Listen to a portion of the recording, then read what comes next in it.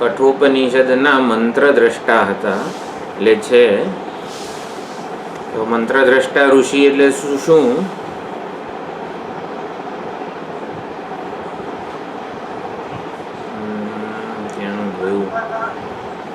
હા,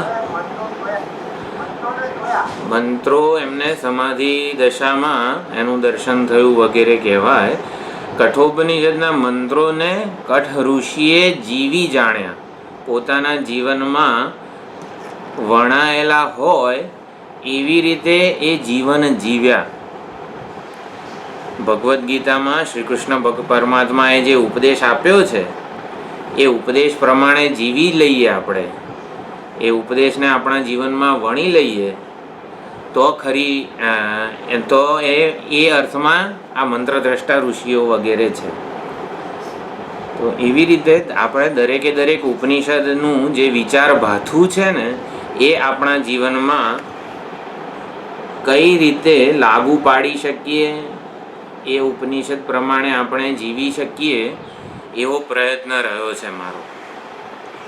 શ્રેય પ્રેયની વિચારણા હોય, રથનું રૂપક હોય, પછી અંતર્મુખતાની યાત્રા હોય, આત્માનું વરણ વગેરે જે સાધનો હોય, આ બધું કઠોપનિષદના ઘણા બધા મહત્ત્વના ટોપિક હતા. તો એ હંમેશા આપણા સ્મૃતિપટ ઉપર રહે.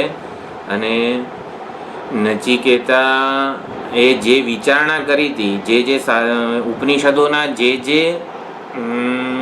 શિષ્યો છે એ શિષ્યોનું આવાહન આપણે આપણા પોતાનામાં કરીએ, શિષ્યોની વિચારણાનું આવાહન આપણે આપણા પોતાનામાં કરીએ, એ અગત્યનું છે.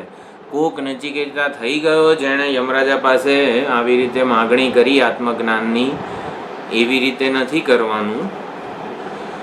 નચિકેતાએ શ્રેય અને પ્રેયની વિચારણા વગેરે જે રજૂ કરવામાં આવી યમરાજા દ્વારા, કે આત્મજ્ઞાનની જ પસંદગી કેમ કરી નચિકેતાએ, એ બધું આપણે બહુ વિસ્તારપૂર્વક સમજવાનો પ્રયત્ન કર્યો. શ્રેય અને પ્રેયની વિચારણા કરીને, કર્મફળની વિચારણા કરીને મને શું જોઈએ છે, મારી મૂળભૂત ઈચ્છા, મારી મૂળભૂત ઝંખના શું છે, એની પર વિચારણા કરી શકાય. અને એના અંતિમ નિશ્ચય રૂપે, એના સાધન રૂપે આત્મજ્ઞાનની વરણી થઈ શકે છે. મને શું જોઈએ છે, શ્રેય અને પ્રેયની વિચારણા ઉપનિષદોમાં છે, કર્મફળની વિચારણા પણ ઉપનિષદોમાં છે. પછી મને શું જોઈએ છે એ સૌથી મારા જીવનમાં શું પ્રસ્તુત છે, આ બધી વિચારણા મારા જીવનમાં પ્રસ્તુત કઈ રીતે છે ને એ સૌથી વધારે અગત્યનું છે. શ્રેય પ્રેયની વિચારણા હોય કે આપણે વિચાર કર્યો તો કોણે આવી રીતે વિવેક વૈરાગ્ય વગેરે દ્વારા આવી રીતે શ્રેયની પસંદગી કરી હોય. તો નચિકેતાનું ઉદાહરણ છે કે જે 3 વરદાન મળ્યા છતાં પણ એ તૃતીય વરદાનમાં આત્મજ્ઞાનને જ વરીને રહ્યો. આત્મજ્ઞાનની જ માગણી કરી. આત્મજ્ઞાન જ પોતાના જીવનની મૂળભૂત જરૂરિયાત છે. મને આત્મ સ્વરૂપનું જે યાથાત્મ્ય દર્શન છે, યાથાત્મ્ય સ્વરૂપ છે, એની જ ઓળખ મેળવવી છે. મને મારા સ્વરૂપની, સાચા સ્વરૂપની જ ઓળખ જોઈએ છે, સાચી ઓળખ જોઈએ છે, શ્રુતિ પ્રતિપાદિત ઓળખ જોઈએ છે. એવો નિશ્ચય નચિકેતાની જેમ કોણે કર્યો હતો? અર્જુને કર્યો હતો. શેમાંથી આવે છે અવાજ? અર્જુને કર્યો હતો. પછી બીજા કોણે કરેલો છે? હા, ગાર્ગીએ. જો આપણે વિચાર એ કરીએ છીએ કે વિચારણા દ્વારા માત્ર ને માત્ર આત્મજ્ઞાન જ મને જોઈએ છે, એ નિશ્ચય ઉપર આવેલા હોય ને એવા જિજ્ઞાસુ ભક્ત કે સાધકોના નામ જોઈએ છે આપણને.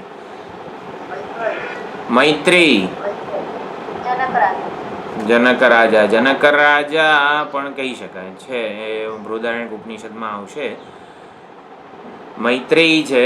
અમરતાનું સાધન શું છે એવું યાજ્ઞવલ્ક્યને પૂછ્યું હતું મૈત્રેયીએ. નચિકેતા છે, મૈત્રેયી છે, પછી અર્જુન છે, પછી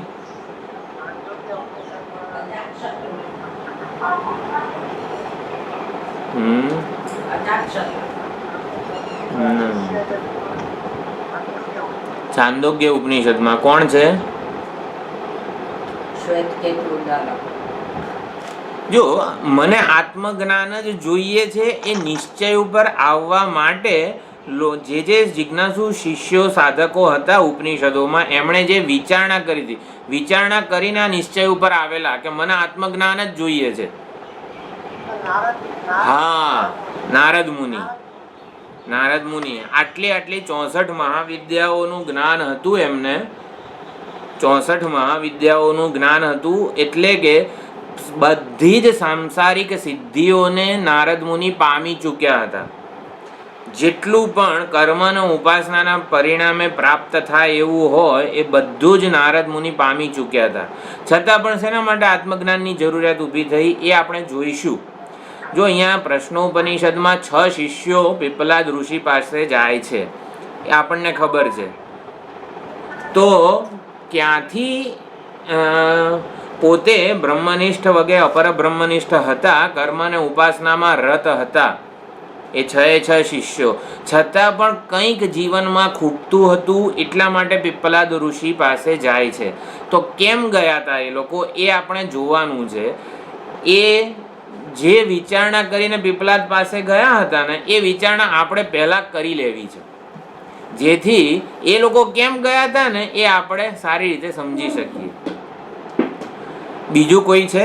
પીપલાદ ઋષિ, નારદજી, મૈત્રેયી, નચિકેતા, આ બધાએ કંઈક વિચારણા કરીને આત્મજ્ઞાનની પ્રાપ્તિ માટે ગુરુ પાસે ગયા છે વગેરે વગેરે. બીજું કોઈ? અથવા તો કે કોઈક વિચારણાથી ભાઈ આત્મજ્ઞાન સિવાય તો આ સમસ્યામાંથી મુક્તિ મળે એવી નથી, એવું કંઈક કરેલું હોય ને એ બધું આપણે તારવી લેવું જોઈએ. એટલે જ્યારે પણ આમ એવું લાગે કે હવે થોડોક ઉત્સાહ, આધ્યાત્મિક પ્રગતિનો થોડોક ઉત્સાહ થોડોક ઓછો થયો છે આપણામાં, ત્યારે તરત આ બધા પાત્રોને યાદ કરી લઈએ ને તો પાછો ઉત્સાહ આવી જાય. થોડાક નામ આપું તો શ્વેતકેતુ છે, ઇન્દ્ર અને વિરોચન છે. આ બંને કંઈક વિચારણાથી આત્મજ્ઞાન જોઈએ જેવા નિશ્ચય ઉપર આવ્યા નહોતા. ખાલી શ્વેતકેતુને તો ઉદ્દાલક ઋષિએ એવું પૂછ્યું કે તું એવું જાણે છે કે જેને જાણવાથી બધું જણાઈ જાય, આવું કંઈક પૂછ્યું. એટલે શ્વેતકેતુને એક કુતૂહલ કે જિજ્ઞાસા જાગી કે સારું આવું મળે, આવું તો કંઈ હોતું હશે, એકને જાણી લેવાથી બધું જાણી લેવાય. પછી ઇન્દ્ર અને વિરોચન પણ ફળ માટેની ફળ કથન સાંભળ્યું હતું કે જે આ આત્માને જાણી લેશે ને એને બધા લોક મળી જશે, બધા ભોગો મળી જશે. ફળની મહત્તાના શ્રવણથી એ લોકો ગુરુ પાસે ગયા હતા અને પછી આત્મજ્ઞાન વગેરે જે કંઈ હોય પણ એ મળ્યું. પરંતુ એ લોકો ગુરુ પાસે જઈને વિચારણા પછી ઇન્દ્રએ કરેલી કે આ જાગ્રત રૂપી મારી જે ઓળખાણ છે એમાં તો દુઃખ વગેરે દુઃખથી ભરેલી છે. સ્વપ્ન રૂપી સ્વપ્ન અવસ્થામાં જે હું રહેલો હોય છે, સ્વપ્ન અવસ્થામાં જે હું વ્યવહાર કરે છે એ પણ દુઃખથી ભરેલો છે, તો એવો હું મને નથી જોઈતો. આવી રીતે શ્વેતકેતુ છે, ઇન્દ્ર વિરોચન છે. પછી શૌનક ઋષિ છે મુંડક ઉપનિષદમાં, કસ્મિન્નું ભગવો વિજ્ઞાતે સર્વમિદમ વિજ્ઞા અથ કરીને આખી એની પણ વિચારણા કરી હતી. પરાવિદ્યામાંથી પરાવિદ્યાનું કેમ મહત્વ એમના જીવનમાં સ્થાપિત થયું. પછી વિવેક ચૂડામણીમાં પણ જ્યારે શિષ્ય ત્યાં ગુરુ પાસે જાય છે ત્યારે આ 7 પ્રશ્નો કોનામાં બંધ, કથમેશ આગત વગેરે જે પૂછે છે એની પહેલાં પણ સંસાર દાવાનળથી તપ્ત થયેલો છે. જે સેનામાં એટલે ગુરુ પાસે જતા પહેલાં જે ઘમાસાણ શિષ્યોના મનમાં થાય છે ને એ બધું આપણે એક ડાયરીમાં લખી રાખવું જોઈએ. શું કામ નારદજી સનતકુમાર પાસે ગયા અને પાસે જઈને કેમ આત્મજ્ઞાનની જ માગણી કરી, આ બધું એટલે જે જિજ્ઞાસુ સાધકો જે ઉપનિષદોમાં કે પ્રકરણ ગ્રંથોમાં જેટલા પણ છે અને એમણે કરેલી વિચારણા એ ખરેખર આપણે આપણી પોતાની ડાયરીમાં નોંધી લેવા જેવી છે કે શેના માટે અને શું એમને એમની વિચારણા શું હતી, એમની વિચારણાનું આપણે આપણામાં આવાહન કરવાનું છે. આ કોનામાં બંધક અથમેશ આગત વગેરે પ્રશ્નો કેમ ઉઠ્યા વિવેક ચૂડામણીના શિષ્યને? આ બંધન વગેરે જે છે એમાંથી બંધનમાં છું એવું લાગવું જોઈએ, બંધનમાંથી મુક્તિની ઈચ્છા થવી જોઈએ. તો એવું તે શું થયું વિવેક ચૂડામણીના શિષ્યને કે એને આ પ્રશ્નો ઉઠ્યા અને એ ગુરુ પાસે ગયો? જેટલી પણ દરેક જણ પોતે આપણે વિચાર કરેલો છે સુખને જ ઈચ્છીએ છીએ, પણ એ સુખ નું જે સ્વરૂપ છે ને એના વિશે આપણને કોઈ પ્રકારની સ્પષ્ટતા નથી. આપણે વિચાર કરીને જોયો છે કે આપણને કેવું સુખ જોઈએ છે?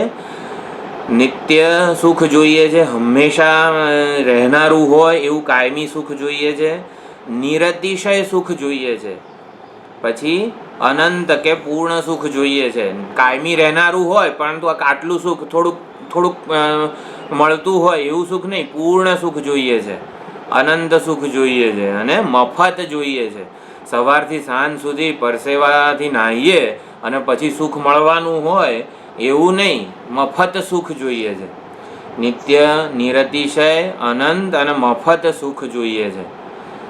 આને જ મોક્ષ કહેવાય છે. મોક્ષ એટલે શું? નિરતિશય સુખ અવાપ્તિ, આત્યંતિક દુઃખ નિવૃત્તિ વગેરે જે કહીએ છીએ તો મોક્ષ એટલે એવું સુખ કે જે નિરતિશય સુખ છે. નિરતિશય સુખ એટલે શું? એનાથી ચડિયાતું બીજું ના હોય. નિરતિશય શબ્દને મારે સમજવો છે.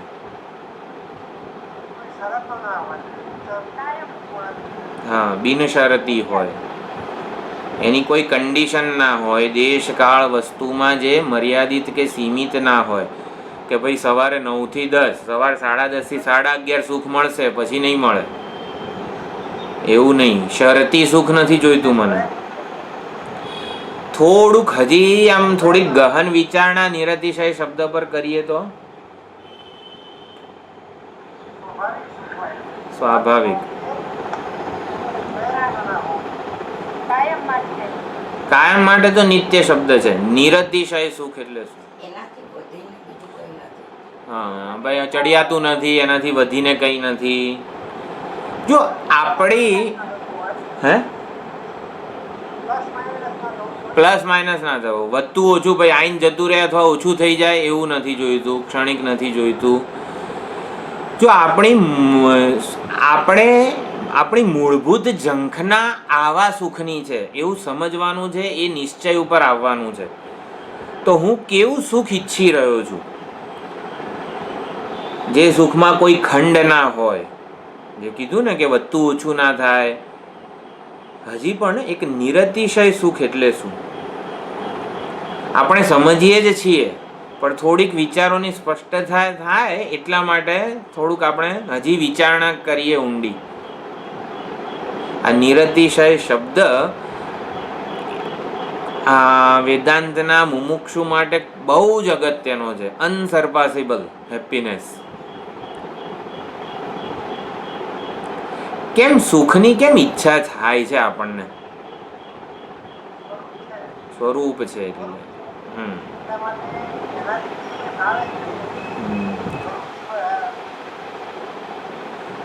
સ્વાભાવિક ઈચ્છા સુખ મેળવવાની છે. આપણે સુખી થવાની સ્વાભાવિક ઈચ્છા લઈને આપણે જન્મેલા છીએ, કારણ કે એ જ આપણું મૂળભૂત સ્વભાવ છે, સ્વરૂપ છે. પણ નિરતિશય, જો નિરતિશય શબ્દ એટલે શું? એક વેદાંતના જિજ્ઞાસુ માટે, મુમુક્ષુ માટે એવું સુખ, મારે એવું સુખ મેળવવું છે કે જેને મેળવ્યા પછી મારી સુખ મેળવવાની ઈચ્છા જ જન્મે નહીં બીજી વાર. એને નિરતિશય સુખ કહેવાય. હું એવું સુખ મેળવી લઉં કે બીજી વાર સુખ મેળવવાની ઈચ્છા જ જન્મે નહીં મારામાં. આજે લાડુ ખાધો તો સુખમાં થયું, કાલે ફૂલવડી ખાધી સુખ થયું, છતાં પણ લાડુ અને ફૂલવડીની ઈચ્છા તો રહી જ ગઈ છે હજી. એવો લાડુ મળે મને કે બીજી વાર લાડુ ખાવાની ઈચ્છા જ મારામાં જન્મે નહીં, મને એવો લાડુ જોઈએ છે. આને નિરતિશય સુખ કહેવાય.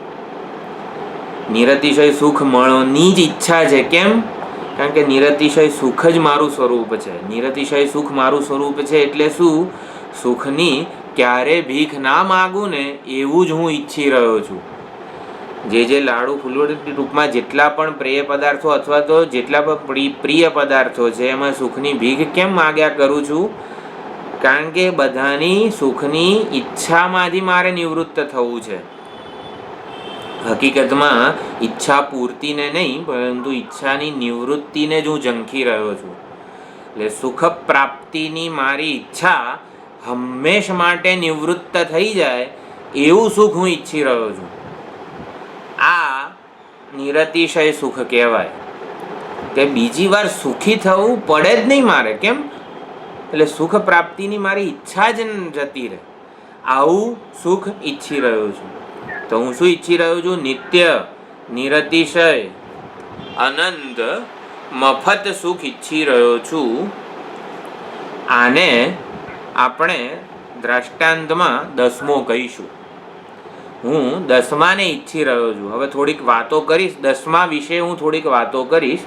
તો 10મો એટલે શું? તો આપણે મગજ ધ્યાનમાં એ રાખવાનું છે, નિત્ય નિરતિશય પૂર્ણ સંતોષ મને મળે ને, આ નિરતિશય સુખથી જ મને પૂર્ણ સંતોષ મળવાનો છે. નિરતિશય સુખથી જ મને પૂર્ણ સંતોષ મળવાનો છે. એટલે પૂર્ણ સંતોષ હું ઝંખી રહ્યો છું. પછી આ નિરતિ વગેરે, એટલે એને આપણે અત્યારે થોડીક વાત કરીએ છીએ એ વાત પૂરતો આપણે 10મો એવું કહીશું. આપણે બધા 10માને ઈચ્છી રહ્યા છીએ. બરોબર? આપણે આપણી મૂળભૂત ઝંખના શું છે? 10માને મેળવવાની, 10માને પ્રાપ્ત કરવાની આપણી મૂળભૂત ઝંખના છે, સ્વાભાવિક ઝંખના છે. જેટલું પણ આપણે પ્રયત્ન કરીએ છીએ, હા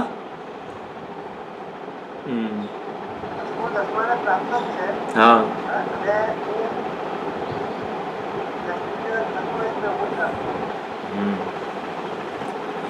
10માની દરેકે દરેક છોકરો 10મો છે. હા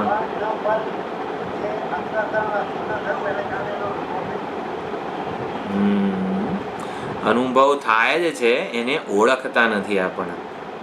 હકીકતમાં વેદાંત દર્શન એવું જ કહે છે કે નિત્ય નિરતિશય મફત અનંત સુખનો પ્રત્યેક ક્ષણે અનુભવ થઈ જ રહ્યો છે, આપણે એને ઓળખતા નથી. એટલે વેદાંત પાસેથી થઈ રહેલા અનુભવની સાચી ઓળખ જ મેળવવાની છે કે આ જ રીતે આ નિરતિશય સુખ અનુભવાઈ રહ્યું છે.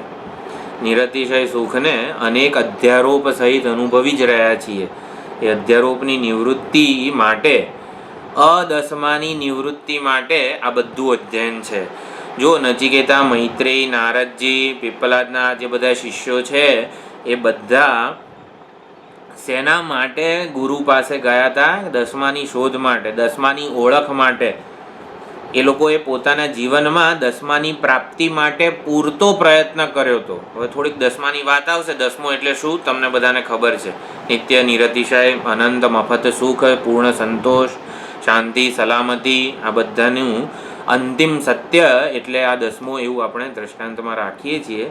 તો 10માની પ્રાપ્તિ માટે પોતે અનેક કર્મો, ઉપાસનાઓ અથવા તો પૂરતો પ્રયત્ન કરી ચૂકેલા આ બધા નચિકેતા છે, નારદજી છે વગેરે, છતાં પણ કેમ આત્મજ્ઞાન વિના 10મો મળે એવો નથી, એના માટે લોકો ગુરુ પાસે ગયા વગેરે જે બધી વિચારણા છે. એટલે 10માની ઓળખ ગમે તેટલી સાંસારિક સિદ્ધિઓ આપણે પ્રાપ્ત કરીએ, ગમે તેટલું કર્મ અને ઉપાસના કરીએ, 10માને શોધવા માટે અનેક સાધનો, અનેક ઉપકરણો વિકસાવીએ આપણે. જે 10 છોકરાઓનું જે ઉદાહરણ છે, 10 છોકરાઓ, અમુક જણા જમીન ઉપર શોધતા હતા, અમુક જણા પાછા નદીમાં ગયા શોધવા માટે, અમુક જણા જાડી ઝાખરામાં ક્યાંક ફસાઈ નથી ગયો ને 10મો, તો એવી રીતે ત્યાં શોધવા ગયા, અમુક જણા આકાશમાં શોધવા ગયા. અમુક જણા અંતરિક્ષમાં ચંદ્ર ઉપર શોધવા ગયા 10માને, રોકેટ ઉપર, પછી મંગળ ઉપર શોધવા ગયા. મંગળ ઉપર વૈજ્ઞાનિકો શેના માટે જાય છે?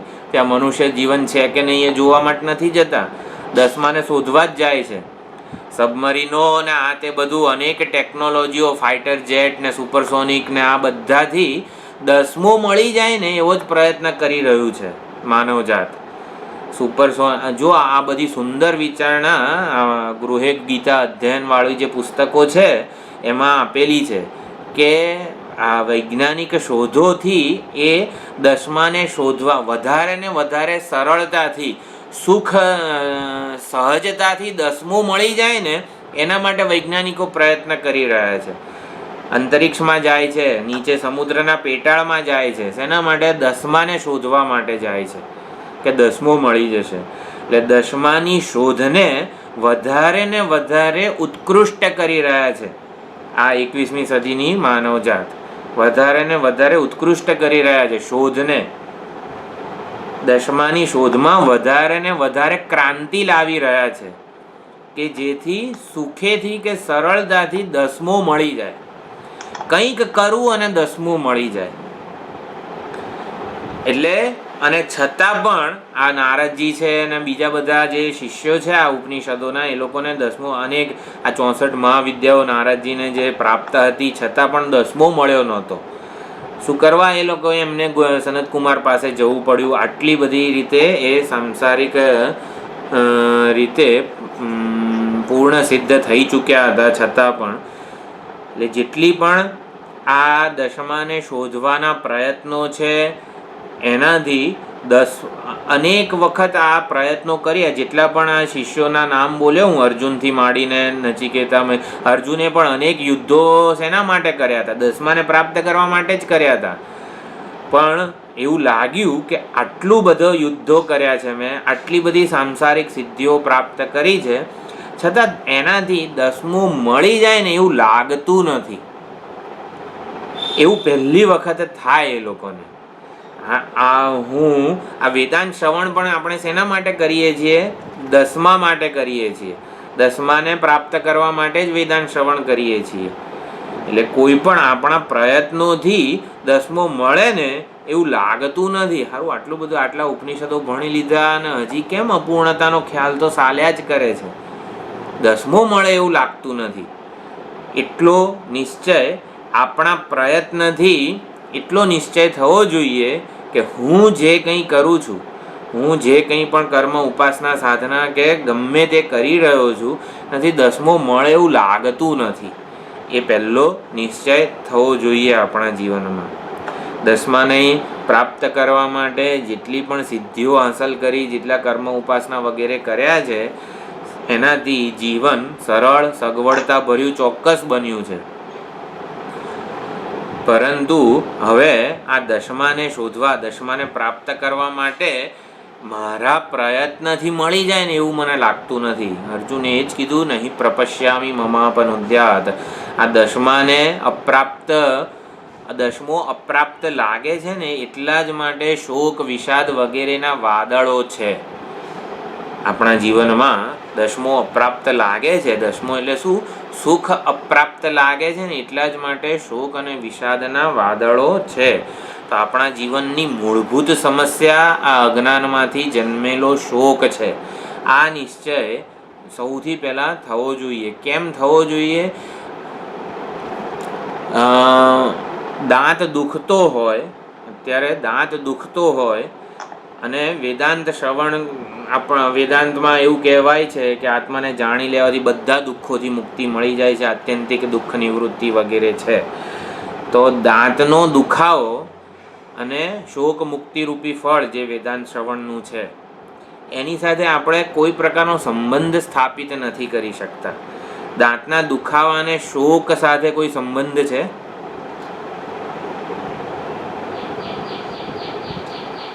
શોક કોને કીધો છે? આ બધા જેટલા શિષ્યો છે, નચિકેતા, મૈત્રેય, નારદજી, અર્જુન, શ્વેતકેતુ, આ બધાની મૂળભૂત, બધા પોતે પોતાના જીવનની મૂળભૂત સમસ્યા શોક છે ને એ નિર્ધારિત કરી ચૂક્યા હતા અને માટે ગુરુ પાસે ગયા છે.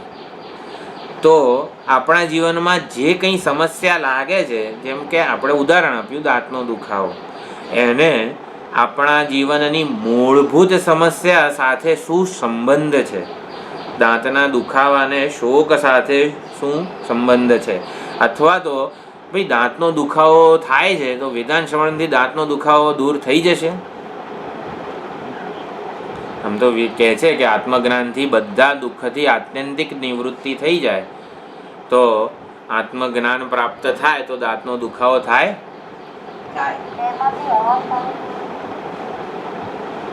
આ દાંતનો દુખાવો છે. હવે તો દાંતનો દુખાવો રહેવાનો જ હોય તો આત્મજ્ઞાન શું કરવા લેવાનું?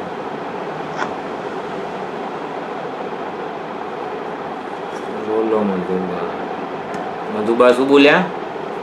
અનમ્યુટ કરવું પડશે. નથી થતું. મને નથી. આ દાંતનો દુખાવો છે.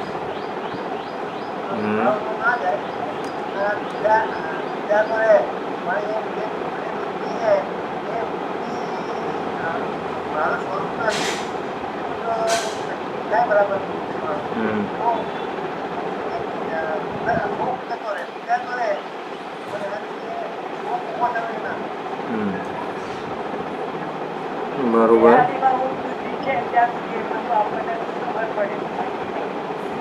દેહાદીમાં હું બુદ્ધિ ના હોય તો દાંત ના દુખે. દાંત દુખે એનો શોક ના થાય.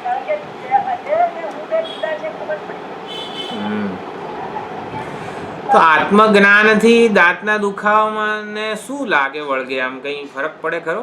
થોડોક ઓછો દુખે એવું કઈ? એવું નહીં? અરે રે, તો કંઈક ફરક તો પડવો જોઈએ ને કે આત્મજ્ઞાનથી શું ફાયદો પછી? હે, પીડા ઓછી થાય?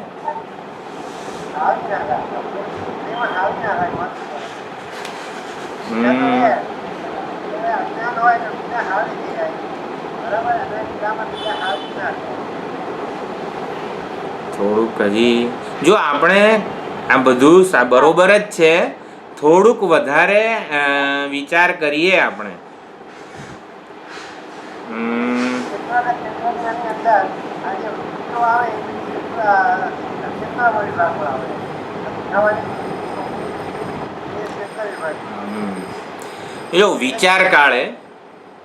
વિચાર કાળે જ્યારે આપણે વેદાંત શ્રવણ કરતા હોઈએ અથવા તો એકલા વેદાંત વિચાર કંઈક આપણે ઉપનિષદ વગેરે વિચાર ભાથું પોતાના જીવનમાં અપનાવવાનો પ્રયત્ન કરતા હોઈએ, દાંત દુખે ત્યારે ડેન્ટિસ્ટ પાસે જ જવાનું, એનો કોઈ વેદાંત વિરોધ નથી કરતું, પરંતુ એક આઈડિયલ વસ્તુ શું છે એ આપણે સમજવાનો પ્રયત્ન કરી રહ્યા છીએ અત્યારે. આત્મજ્ઞાન પ્રાપ્ત થાય પછી દાંતના દુખાવાનું શું સ્ટેટસ હોય એ સમજવાનો હું પ્રયત્ન કરું છું.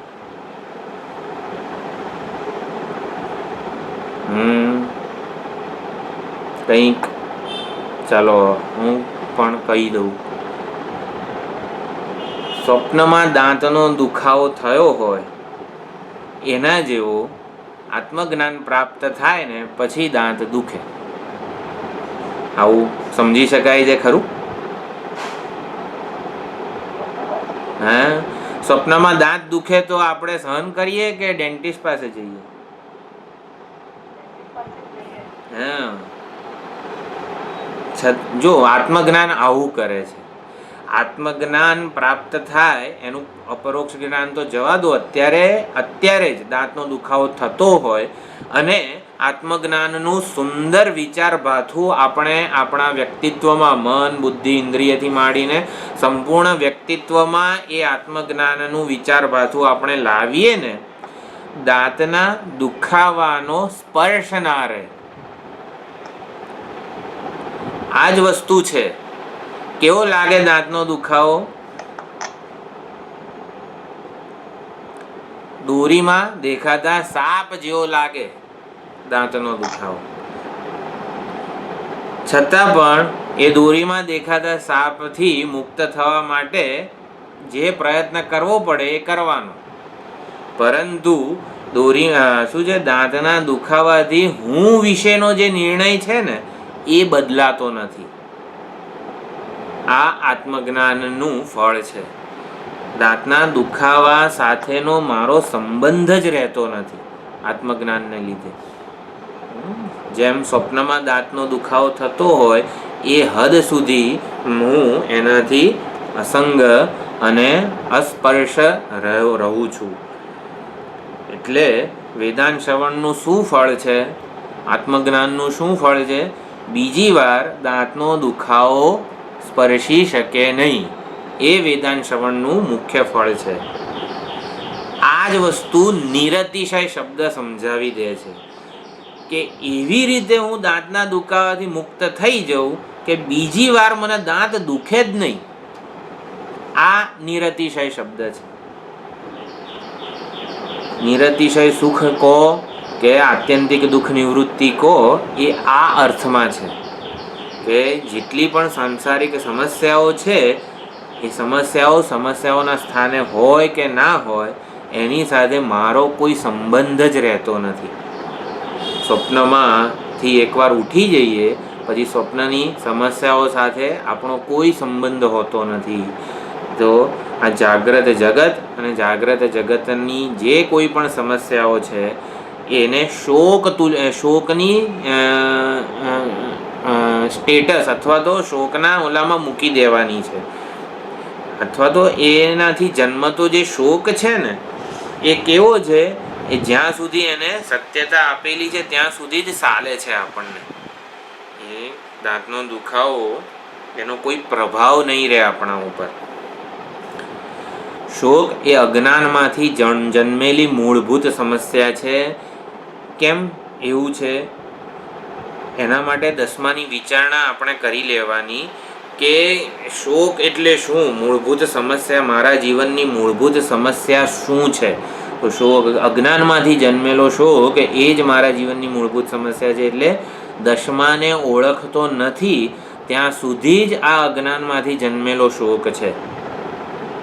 એટલે દસમાને ન ઓળખવાના લીધે જ શોક જણાઈ રહ્યો છે. દસમાને ન ઓળખવાના લીધે જ શોક જણાઈ રહ્યો છે, શોક થઈ રહ્યો છે એવું નથી. દસમાને ન જાણવાને લીધે જ શોક જણાઈ રહ્યો છે. અને દસમાને જાણી લઈએ એટલે શોકની નિત્ય નિવૃત્તિ છે. એટલે આ રીતે આપણા જીવનના સમીકરણો ગોઠવાવા જોઈએ કે દસમાને આપણા જીવનની જે કોઈ પણ સમસ્યા છે એ આ દસમાને ન જાણવાને લીધે જ છે. જન્મ્યા ત્યારથી દસમો જ એ આપણું મુખ્ય પ્રયોજન છે. તો જન્મીએ ને ત્યારે જ નાના બાળકને આ દસમાનું જ્ઞાન ના આપી શકીએ આપણે.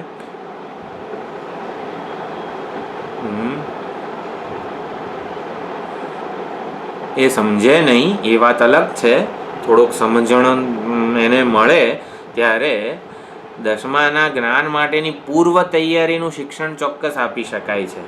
મૂલ્યો અને ભાવનાઓ એનું શિક્ષણ આપી શકાય છે તો એ જલ્દી સમજી શકશે કે મારા જીવનની મૂળભૂત શોધ આ દસમો જ છે અને દસમા માટે જ આ બધો પ્રયત્ન કરવાનો છે, એવું એને ચોક્કસ સમજાવી શકાય છે. એટલે તો દસમો એટલે શું આપણે સમજ્યા, એ જ આપણા માટે આઈડિયલ આઈ. શોકને શું કહેવાય, શોકને સમજવો હોય આપણે તો આઈડિયલ આઈ એટલે actual I is searching for the ideal I. પૂજ્ય સ્વામી દયાનંદજી મહારાજ આવું કહેતા હતા. એકચ્યુઅલ આઈ અત્યારે હું જે છું, અત્યારે હું મને જેવો માનું છું એ એક આદર્શ હું માટે પ્રયત્ન કરી રહ્યો છે. આદર્શ હું એટલે આઈડિયલ આઈ, અને અત્યારે હું જે છું વર્તમાન હું એ એકચ્યુઅલ આઈ. એકચ્યુઅલ આઈ અને આઈડિયલ આઈ વચ્ચેનું અંતર જ શોક છે. અજ્ઞાનમાંથી જન્મેલો શોક હું એ પૂર્ણતાને, એ નિરતિશયતાને પ્રાપ્ત થવા માટે મથી રહ્યો છું. એ જ મારા માટે સૌથી વધુ અગત્યનું છે. એ બંને વચ્ચેનું અંતર જ શોક છે. એ બંને વચ્ચેનું અંતર પૂરવા માટે જ આપણે વેદાંતનું શ્રવણ કરવાનું છે. આઈડિયલ આઈ મારાથી જુદો નહીં રહે. આઈડિયલ આઈ મળી જાય, પ્રાપ્ત થઈ જાય, હું બની જાય, અથવા તો આઈડિયલ આઈ મારાથી અત્યારે મને જુદો લાગે છે. સુખી હું, હા ક્યાંક જોયો તો ને સુખી હું ને, હું આમ કરીશ તો સુખી થઈ જઈશ. સુખી હું ને આપણે શોધી રહ્યા છીએ, પૂર્ણ હું ને આપણે શોધી રહ્યા છીએ, નિરાંતવાળા હું ને શોધી રહ્યા છીએ. સુખી હું એ આપણને કોક એવું નહીં લાગે. વિધાન શ્રવણથી સુખી હું અત્યારે વર્તમાન સ્વરૂપે જ આપણને જણાશે. તો પૂર્ણ સંતોષ, સલામતી, પૂર્ણ સુખ, નિરતિશય સુખ એ જ આપણો સ્વભાવ છે, સ્વરૂપ છે. અને હું ગ્રુપમાં મૂકીશ આ નચિકેતા, આ જેટલા પણ આપણે પાત્રો મૂક્યા, પાત્રો વિશે વિચાર્યું.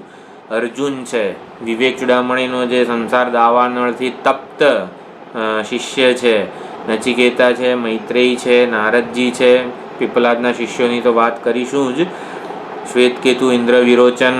બીજા કોઈ યાદ આવે છે કે જે ગુરુ પાસે કંઈક વિચારણા કરીને ગયા હોય?